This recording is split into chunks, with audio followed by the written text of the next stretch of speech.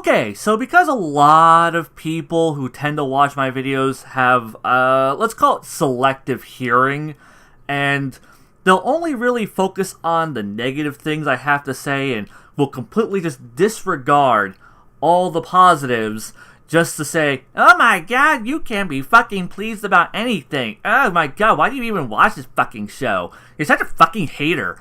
Well, let me just go ahead and clarify right now. I like this episode. I think it was a good episode. That being said, there are some things that bothered me, and I think had these few things not been here, it could have elevated what was a fairly good goddamn episode to a great episode. It falls just short of great, just into good. Actually pretty damn good, but just falls short of greatness. I still like this episode, but regardless of any flaws I might have seen that personally bothered me, it is still good. I enjoyed it. Get off my ass, you motherfuckers. Okay, now that I've finished spelling out the obvious for those who really apparently need it, synopsis for this episode. Trunks' future is all fucked up by some guy named Black. Trunks is like, oh shit, I need to get like the last of this, time machine fuel with my mother is prepared for a one-way trip to the past. Hopefully I can get the guys to help me. And Black kills Bulma, then possibly kills Mai because Mai is there. And then the episode ends there. Also, there are some scenes of like some cabbages and some beers and Whis eating ramen with Goku and Vegeta. That is it. That is the entire episode. Pretty much, if you had seen the synopsis for it, you know everything that's happening. There's absolutely no information here that wasn't already kind of put in promotional material. So, first off, the intro. There is, they updated the intro like they tend to do whenever new arcs roll around. Still got like the Frieza soldiers in there. Still got like SS3 Goku in there for some reason. But, what they did change was, at, like, near the end, we get to see, like, Future Trunks and Black Goku, and then, like, the last thing when, Goku and Vegeta drop down, like, go SSGSS, like, these panels flip over, and you get to see, like, all the characters, like, all the main or all the characters that are going to be really relevant, and then the Peel-Off Gang. So I guess the Peel-Off Gang is going to be relevant in this. We get what looks like a green Kaioshin. Looking forward to finding out what the hell's up with him. A lot of people are theorizing a Kaioshin. Could potentially be one. I'm not going to speculate because really it really isn't worth speculating on, but definitely has my interest peaked. Now as for the overall quality of the episode, the animation, the music in this episode are fucking on point. It is fantastic. There's a couple of sloppy scenes like during the cabbage part, like, that didn't look that good. But whatever. That was like a little cutesy, little filler-esque scene, and then that really added nothing, and then the rest of it was looked fucking great. Like, great atmosphere, great, use of just shadows and just beautiful fucking desolate environments. Just the animation team really brought their A game. If I'm not mistaken, I believe this is the episode 5 guy that did a lot of this, and if that's the case, I mean, like, he's come back and done like really good episodes since episode 5. Episode 11 being a really good example of that man's work, like, where he isn't given like 5 minutes to slap an episode together. So can we just give this guy a fucking break now? Can we get off his nuts? Really, people? Can we just never bring up episode 5 again and just go, hey, yeah, clearly this guy was given like 5 minutes to fucking work with, and it isn't his fault that the episode looked like shit. So yeah, animation looked fucking great. A lot of bounce to the animation, a lot of fluidity, looked great, a lot of great dynamic shots. The music, oh my god, Sumitomo dropped some new tracks for this. Some really haunting, atmospheric tracks that really just kind of bring up and elevate the bleak atmosphere of the episode. Loved it. I can't believe I'm saying like you're really praising Sumitomo's music, because it's been anywhere from, okay, that isn't too bad, to, oh my god, this is horrible.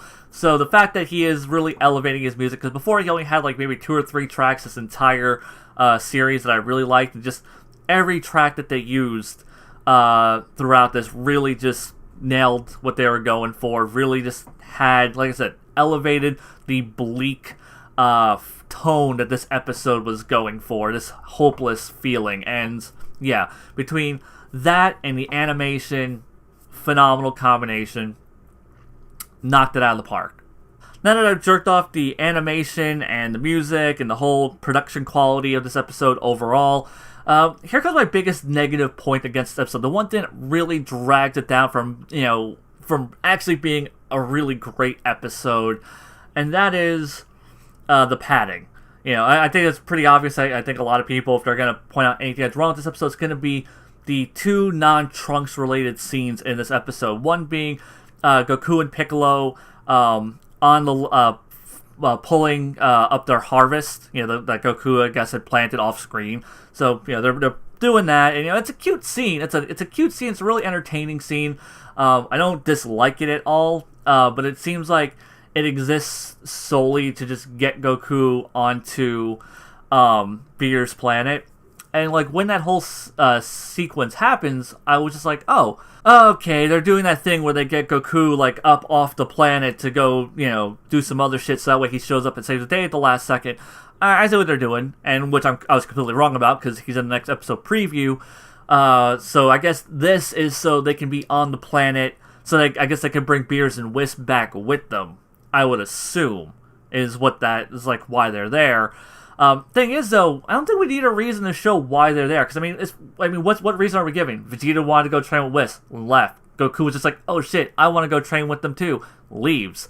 So the entire scene is superfluous. Also, it's another one of those Goku is horribly neglectful to his family things. It's like, hey, Goku, why don't you before leaving just take the extra 5 minutes to finish up this harvest? You're kind of a superhero type guy. You could have done it. You didn't. Congratulations on fucking over your wife and child, you lazy piece of shit. God damn it, you do not deserve that high quality puss, you motherfucker.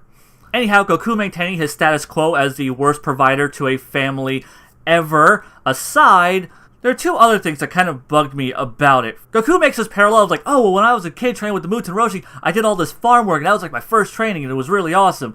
So that, this is totally counts as training. Where the fuck was that mentality in episode 1 where he was sitting on his lazy ass on a fucking tractor, going, I hate doing it, this is boring, I like a job work, and just kind of fuck off and just not actually do it. And I'm just like, why aren't you incorporating this into your training? That bugged the shit out of me then, and I didn't know why the fuck he was in a tractor other than, look at that, it's funny that Goku's in a tractor. That always bugged the shit out of me in episode 1, and of course I had a whole bunch of people fucking shitting on me, shut the fuck up, it's just the first episode. It's I guess Goku didn't want to do it that way. But now everyone's like, oh man, this is this cool throwback. Fuck you, you motherfuckers, I wanted this throwback in episode 1, you pieces of shit. Also, when they did the flashback, it was brand new animation, but it was done to look like the old animation. It kind of had this grainy cell look to it, and had this kind of this weird kind of look to it that made it look like cell animation. For a second, I actually thought it was old animation from it, but I was just like, no, this is completely new animation. So that really surprised me that they were able to make it look that much like the cell animation. And also, it now kind of infuriates me because I think back to Dragon Ball Kai and how jarring the new Digipaint scenes are with the old cell animation, how it just completely broke my immersion and just... But whatever, those are just minor complaints. It's not a big deal. Honestly, the whole farm scene wouldn't even bother me if that were just the only cutaway scene we got. Unfortunately, we get the other one, which is where they're sitting on Beer's planet, talking about Zeno. Now you would think okay, well, we're talking about Zeno. It's more information. They're expanding the lore and whatever, and giving us more information and filling us in on his character. And really, they're not. It's completely regurgitated information that we got at the end of the tournament. Why it bared repeating here, I have no fucking clue. We get the extra little bit of info. It's there used to be, I think it was 16 or 18 universes, whatever. Yeah, there was 18 universes, and Zeno went and wiped out 6 of them, which is why we have 12 now. And that's, I guess, a statement on how powerful he is because he wiped all those out with a whim. But at the same time, it's who gives a shit? Like, this is like completely irrelevant information that we didn't need to know. It's like a little friggin' lore drop that they could have put in any fucking episode. It did not need to be here. And in fact, even Wisp begins his sentence with, "I'm pretty sure Lord Beer stated this at the tournament," but it's like, I hate that. That is such bad writing. That is such horrible fucking writing of dialogue where a character goes, "Well, as you already know," proceeds to explain it to the audience, which is doubly terrible because we were there when it was explained to the characters. We've already seen this, so it's literally not only they explaining something to the characters that they already know, but they're explaining something to the audience that we already know, and it was dumb and needless, and it dragged the fucking episode down. It did not need to be there. I fucking hated that entire scene. Fuck that scene. Now that I was saying before, like all the Trunks stuff that's here is pretty damn good. Like, it's great pretty much. If it would just been entirely this, or maybe like just all this and like maybe the farm scene, like it would have been completely fine. This would have been a great episode. And like I said, like, all these bits are great. Jesus Christ, I was fucking shocked when they killed Future Bulma, because, people were theorizing that, but I was like, nah, that doesn't really seem like a Dragon Ball type thing. And not only do they kill Future Bulma, but they do it on screen in a very, very violent, horrible fashion, where you literally see her silhouette getting vaporized, which is something that just the level of viciousness that, like, we don't really get in Dragon Ball. So that was really shocking. Like the last time I could think of anything just that, like, gruesome to watch, even though it was silhouetted. Like, the only thing I can think of that kind of hit with that kind of, oh my god, Dragon Ball just did that, is when, I don't know, Cell, like, stabbed that one billionaire dude and just drank him through his tail. Like, that was, like, the level of kind of just bleak and horrifying, and really set the tone for how fucked up Trunks is right now, both like emotionally, physically, mentally. Really sets the stage for this arc. Everything else is what you would expect, though. Like, everything that makes this episode like good is very clear surface level stuff. Like, seeing Trunks and Mai, just trying to survive. Like, talking about, like, one of the best lines, just like, hey, it's not even cat food or dog food or whatever. And it's just like, well, yeah, it's a post-apocalyptic world. These people have been living on fucking whatever canned goods they can get, including dog food. And that just really just shows us how bad of a situation that they're in. These people don't even get to enjoy actual real food 90% of the time. That compiled with the whole Bulma death thing, and just, Trunks trying to run around and survive and hide, and trying to, like, get to the time machine, which is really far away for some goddamn reason. Who cares why? It is for some reason. But he's just trying to get away and just trying to make it to the past, and you feel that, and it's really well executed stuff, and it's all surface level stuff. Like, you don't need to really have it explained, so I don't really need to go into detail like I did with, like, the whole padding scene of why those are bad. Like, here, like, the good stuff is just, it's so blatantly obvious why it's good, you don't really need to go into it. There are a few things that, like, are irksome. Like, Mai gets no fucking explanation whatsoever. We have no clue why she's there, why she's still young in this timeline. Nothing really makes sense there. And we know for a fact that this is the same Trunks from that went back in time the first time. We got 100% undeniable confirmation. He even has, like, a flashback to the Cell games. We know for a fact it is him. Also, we see him in the flashback with the purple hair, which is kind of weird because they're doing the whole blue hair thing. Kind of wish they hadn't done that, unless they're going to give us an in-universe reason to why he has blue hair. I don't know why his hair is blue, and why or if they were just going to, like, pretend that his hair's been blue the whole time, why they didn't cut that out of the flashback. And by the way, yes, it's my old friend, Kai footage. I don't care, it's fine here. There is context. And it's not like, if they keep doing this every other episode or every single episode, like some parts, because the first two arcs of Dragon Ball Super were riddled with fucking, Kai footage. And that was completely unneeded. The same, like, whenever it showed up at the tournament, I was fine there, because, there was the context. It wasn't really needed, but there was the context. Here, I felt like, this is probably the best use of the Kai footage so far, bringing that back for a flashback to really solidify, yes, this is the future Trunks that we all know and love from, the artificial human arc. It is the exact same guy. This is not present Trunks grown up. Really makes it confused as to why the hell Mai is there. Whatever. As for the blue hair, because I know people are going to want me to talk about it, I don't have a problem with the blue hair. I think it looks cool. I even like the little, how it's styled now, how its hair is kind of all fucked up. But yeah, I like the blue hair. In fact, I wouldn't even have minded if Trunks had just looked like that throughout all of Dragon Ball Z, if he just always had the blue hair instead of the purple, because one, it would have matched with Bulma, and I think it looks fine on him aesthetically. No problems there whatsoever. The only thing is, it's just really confusing to me that, they went with blue hair, because we have a purple-haired Kid Trunks, and I have a weird feeling that they're not going to explain why he has blue hair. I don't think at any point they're going to go and give us an in-universe reason. If they do, I'd be shocked and surprised and very pleased, but I don't see that happening because it's Super, so I think they're just going to pretend that his hair has just always been blue, or they're just going to pretend that his hair isn't blue at all and act as if nothing has changed whatsoever. It's like, oh, Future Trunks here with his purple hair, and they're just not even going to fucking acknowledge it. It's just, I have a feeling it's just an aesthetic thing that they did, probably because we have Kid Trunks and they think we're all stupid, so we need to make sure that the two Trunks have different hair so you can, I guess, tell them apart, even though one's 2 feet tall and the other one's a grown-ass man, but whatever. But yeah, it's a weird aesthetic thing that they chose. I don't personally care. I'm not going to get my dick twisted over it. I don't know why the hell he didn't go Super Saiyan this entire episode. There are moments in this where he's fighting Black where it's just hey, go Super Saiyan. Go Super Saiyan. Why are you not going Super Saiyan? And there are people who are, the apologists are already coming out to defend this, going, oh, well, he just, it was futile anyhow. He couldn't even beat Black. He's just trying to survive. It's what helps survival? Increasing your speed, strength, and durability by 50-fold. I think that really helps with survival.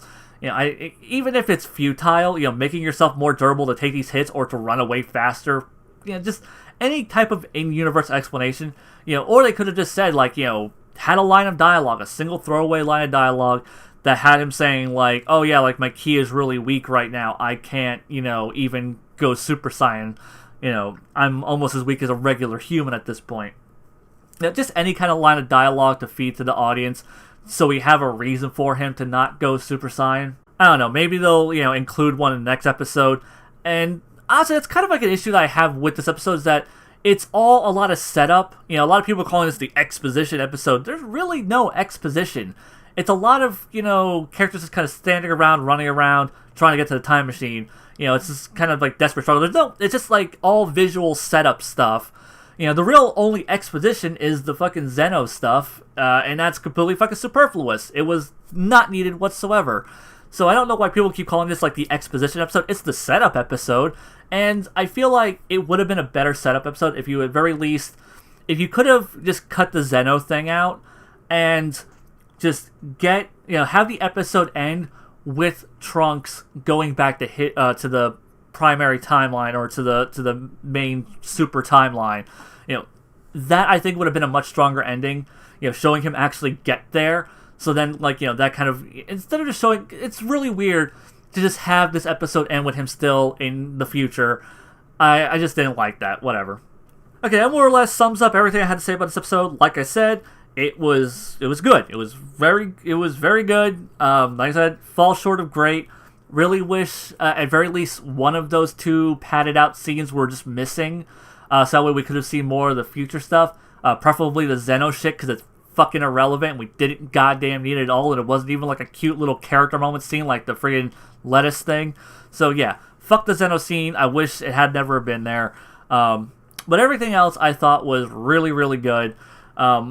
Really strong start to this new arc that we're in. It's got me interested for the rest of it. I want to kind of know what's going on. Who is Black? What is he? What is this green-looking Kaioshin motherfucker? I want to know all these things. Not going to get my expectations up because, don't forget, the last time Trunks was the beginning of an arc, it was the coolest fucking starting to any arc ever, and then the arc itself, that like where it ended, was kind of garbage. So I don't know. Hopefully it doesn't go that route. Hopefully it ends up being a really strong arc. It's a really strong start, and hopefully it just keeps getting better. Hopefully it'll fill in some of these details, like what the fuck is up with Future Mai. I really want to know the deal with Future Mai. But alright, Dragon Ball Super, you have my attention. Don't fuck this up. Like, I'm starting to put a tiny little bit of faith in ya. I want this quality to maintain. And when I say quality, I don't mean I want it to be all grim, dark, and serious. Like, I know it's the tone's gonna have to lighten up at some point. It has to. It cannot maintain this level of fucking grim, dark. And I don't want it to. And, I have a bad feeling that, because this episode is so damn good, that, and to some people, it's fucking great. It's amazing. It's the best episode of Dragon Ball Super ever. And to those people, I have a feeling that they're going to take away from this that Dragon Ball needs to be this level of grimdark, serious, and bleak and hopeless to be a good series. And I don't fucking believe that. It doesn't need to be. In fact, some of the best arcs are the more chill arcs. My personal favorite arcs, there's a level of tension, but one of my all-time favorite arcs is the Red Ribbon Army arc, which is one of the most chill arcs of the entire franchise. So, to say that, the series needs to be this level of super, dark, I think is horseshit. I don't mind it being this level, but I'm worried that people are thinking, this is what Dragon Ball needs to be all the time. And that is the wrong mentality to have about this series. It's the wrong mentality to have about this franchise. And I hope that after this, we get a really good arc with a much lighter tone to it that shows that Dragon Ball can still be a more fun, entertaining series that can still have some stakes and still bring forth a really engaging, good story that captivates the audience, without having to just go super, ultra, grim, dark, 90s comic book land, But that's the future Dragon Ball Super. I have no clue where the hell this shit's going to be going. Hoping for the best, like I'm pretty sure everyone else is. And until next time, guys, Zeon, out.